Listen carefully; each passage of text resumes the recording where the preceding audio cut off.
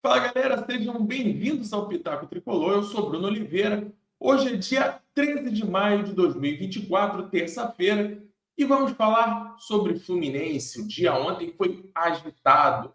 Temos aí muita coisa para debater, muita coisa para bater um papo. Vamos falar sobre uma possível fake news envolvendo o meio-campista Hércules.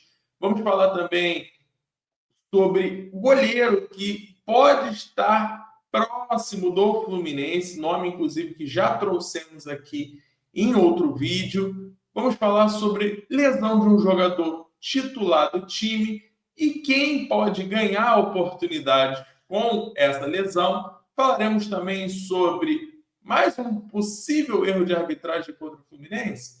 Vamos falar isso aqui para vocês. E também renovação de jogador importante do elenco tricolor. Então, tu não vai ser maluco de sair desse vídeo. Fica aí até o final com a gente e vamos nessa.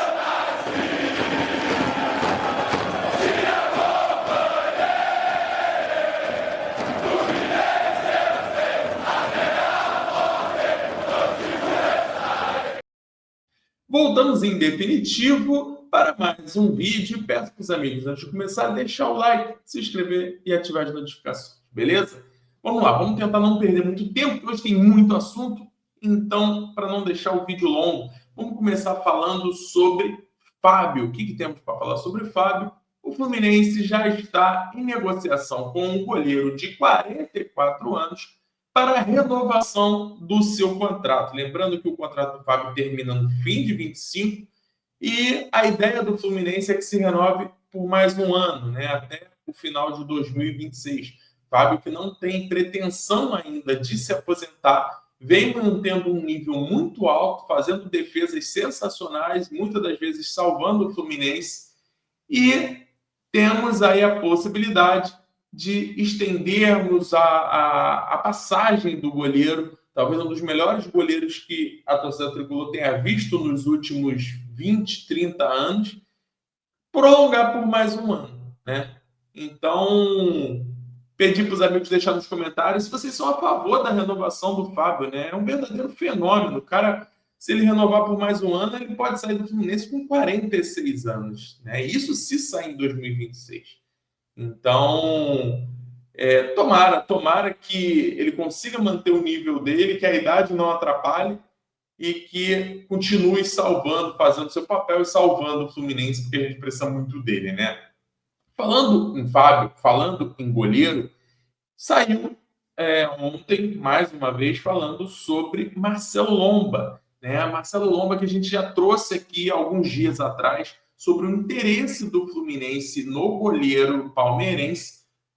O Lomba, que tem muito pouco espaço no Palmeiras, porque o Everton joga tudo. Então, o contrato dele vai até o final do ano e é um jogador que tem interesse de sair do Palmeiras para poder ter mais oportunidade de jogo, mais minutagem. E o Fluminense tem essa ideia de ter dois goleiros experientes, né? Então a gente já tem o Fábio e teríamos aí o Lomba, que tem 38 anos, né? O Fluminense aí elevando a faixa etária do seu time, principalmente aí por causa dos goleiros, né? E o Fluminense vê com muito bons olhos a contratação do Marcelo Lomba. E aí tem uma equação que precisa ser resolvida e que não é difícil de ser resolvida, tá? O Palmeiras, que é o goleiro grande do Grêmio, de 26 anos, né? O Palmeiras fazendo um movimento completamente inverso ao nosso, de tentar trazer jogadores mais jovens, deixar a posição do goleiro mais jovem para ter um goleiro por mais tempo. E para isso, ele precisaria primeiro se desfazer do Lomba, né? Então, o Palmeiras não deve renovar com o Lomba e não seria um entrave, porque o Lomba quer jogar no Fluminense, né? Como eu já falei, ele quer ter mais minutagem e ele acredita que no Fluminense ele possa ter isso. E o Fluminense, observando essa situação, o Fluminense espera que ele consiga rescindir com o Palmeiras para poder fazer a negociação sem custo, né? Então vocês veem que todo mundo quer. O Lomba quer o Fluminense quer o Lomba, o Palmeiras quer se desfazer do Lomba. Então, a chance de sair no negócio em breve é muito concreta, tá? Então, vamos ficar de olho aí nos próximos movimentos, mas Marcelo Lomba tem tudo para ser o próximo goleiro do Fluminense, próximo reforço do Fluminense, aí de repente até no meado do ano mesmo, né? Na próxima janela que abre daqui a um mês, exatamente daqui a um mês, né?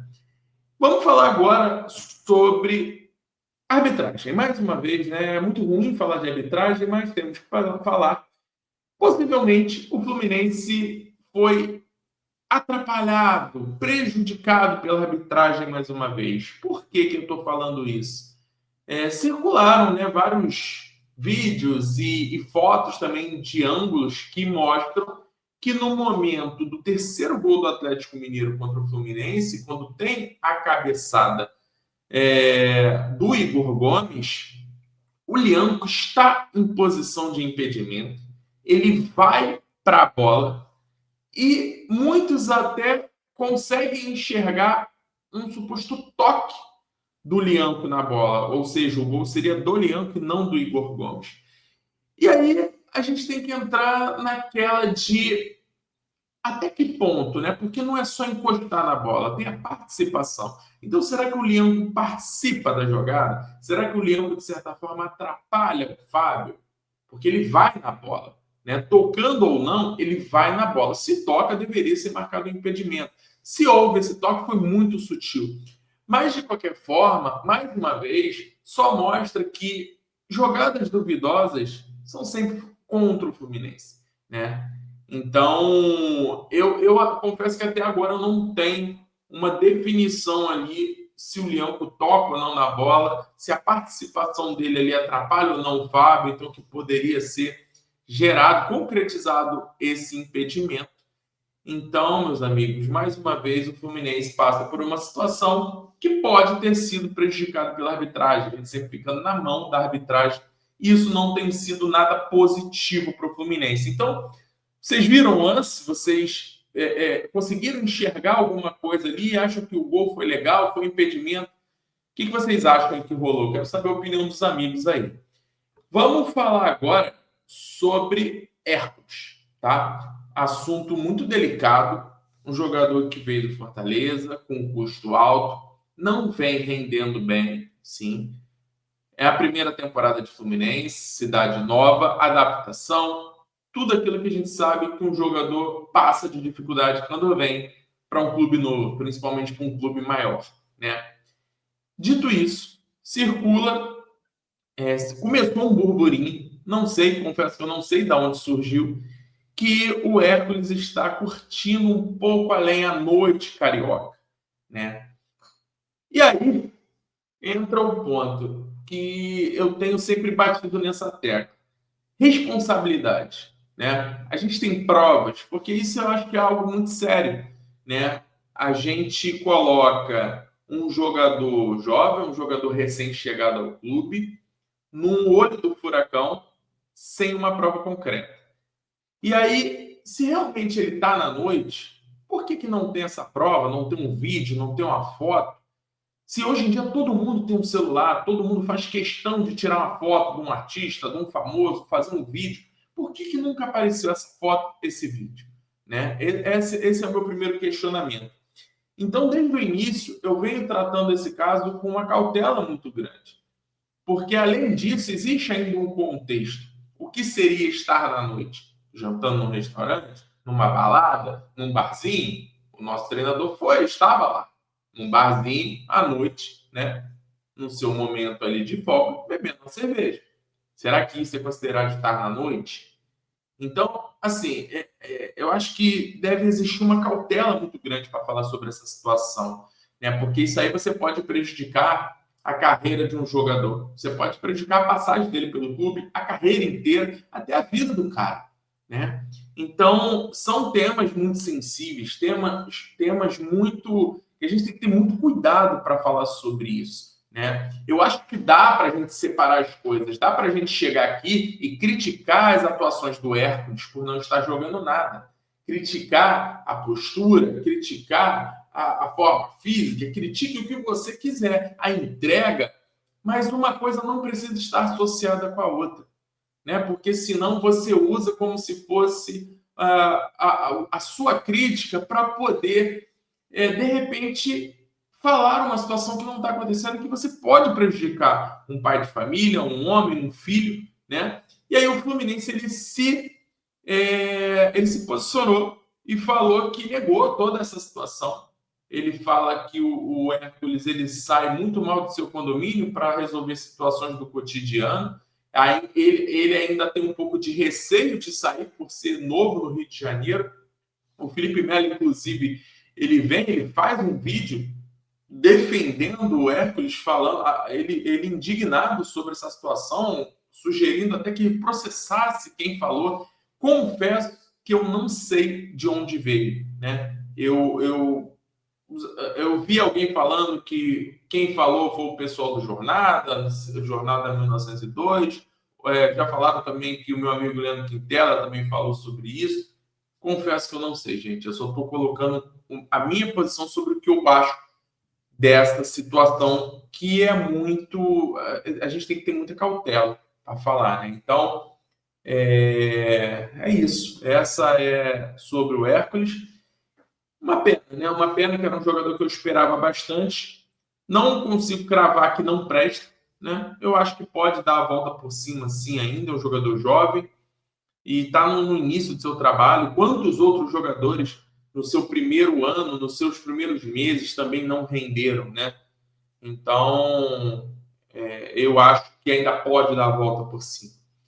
E vamos fechar o vídeo falando sobre Bernal. Facundo Bernal saiu do jogo contra o Atlético Mineiro reclamando de dores e, após o exame realizado ontem, foi detectada uma lesão de grau 3, a maior lesão delas, no adutor da coxa esquerda, né?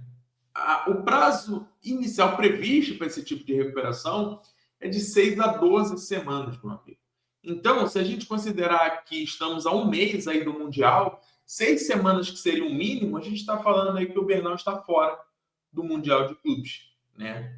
E sem contar que não é só recuperação, depois tem a preparação física, ritmo de jogo. Então, o ano de Bernal praticamente está encerrado. Se voltar, vai voltar lá para agosto, setembro, e aí a gente já vai ter ele muito atrás de todos os outros. Uma pena, né? Voltou a ser titular no último jogo, estava começando a ter uma sequência maior, começando a mostrar um melhor futebol, e agora tem essa lesão, né? E é inadmissível também a gente olhar, né, e enxergar a quantidade de lesões que o Fluminense tem, né? Lesões de todos os tipos, lesões de joelho, lesões musculares, né?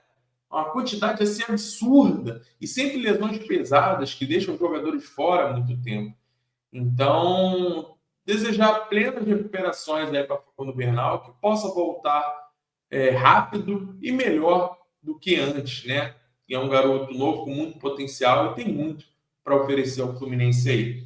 E com isso, alguns jogadores podem ganhar chances, né? Já alguns jogadores podem subir nessa prateleira aí, dessa lacuna que fica em aberta da posição de 5. Porque se a gente for considerar hoje, a gente não tem nenhum primeiro volante de origem. A gente tem o Otávio machucado, só volta ano que vem, e o Bernal agora machucado, né? O Martinelli vinha fazendo algumas vezes essa função, mas a gente tem 4 jogadores que podem ganhar oportunidades com isso, né? A gente tem Thiago Santos, que no Fluminense joga de zagueiro, mas a gente sabe que o Renato Gaúcho conta com ele, inclusive até de volante. É um jogador da confiança do Renato, e o Renato já mostrou isso, já falou isso, né? A gente tem os meninos da base, Fabinho, o Wallace Davi e o Doma, né?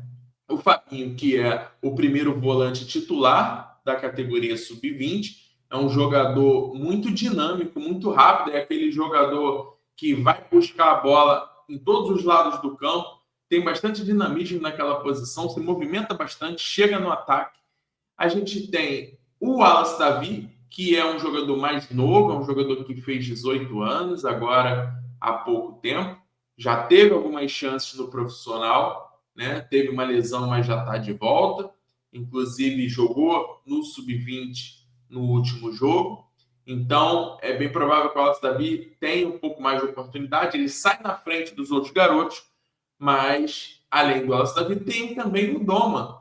O Doma, que é um jogador mais de segundo volante, é um jogador que tem uma característica um pouco mais de controle, né, de ter a bola no pé, de conseguir controlar o jogo ali no meio campo, um segundo volante, como eu falei. Então, quem sai com vantagem nessa, o Wallace Davi, o Fabinho e o Thiago Santos, né? São praticamente aí 3 jogadores para uma vaga. Então, façam suas apostas, né? Lógico, eu aposto que vai ser o Thiago Santos, mas entre todos esses eu ficaria aí com o Wallace Davi, daria oportunidade para o menino, né? Porque tem futebol, tem bola, tem personalidade, tem tudo para assumir aquela vaga ali e conseguir ser peça constante no time do Renato Gaúcho. Mas é isso, galera. Deixa nos comentários aí o que vocês acharam sobre o vídeo. Podem comentar o que quiser. E até a próxima. Saudações tricolores. Fiquem bem. Tudo de bom para vocês. Valeu.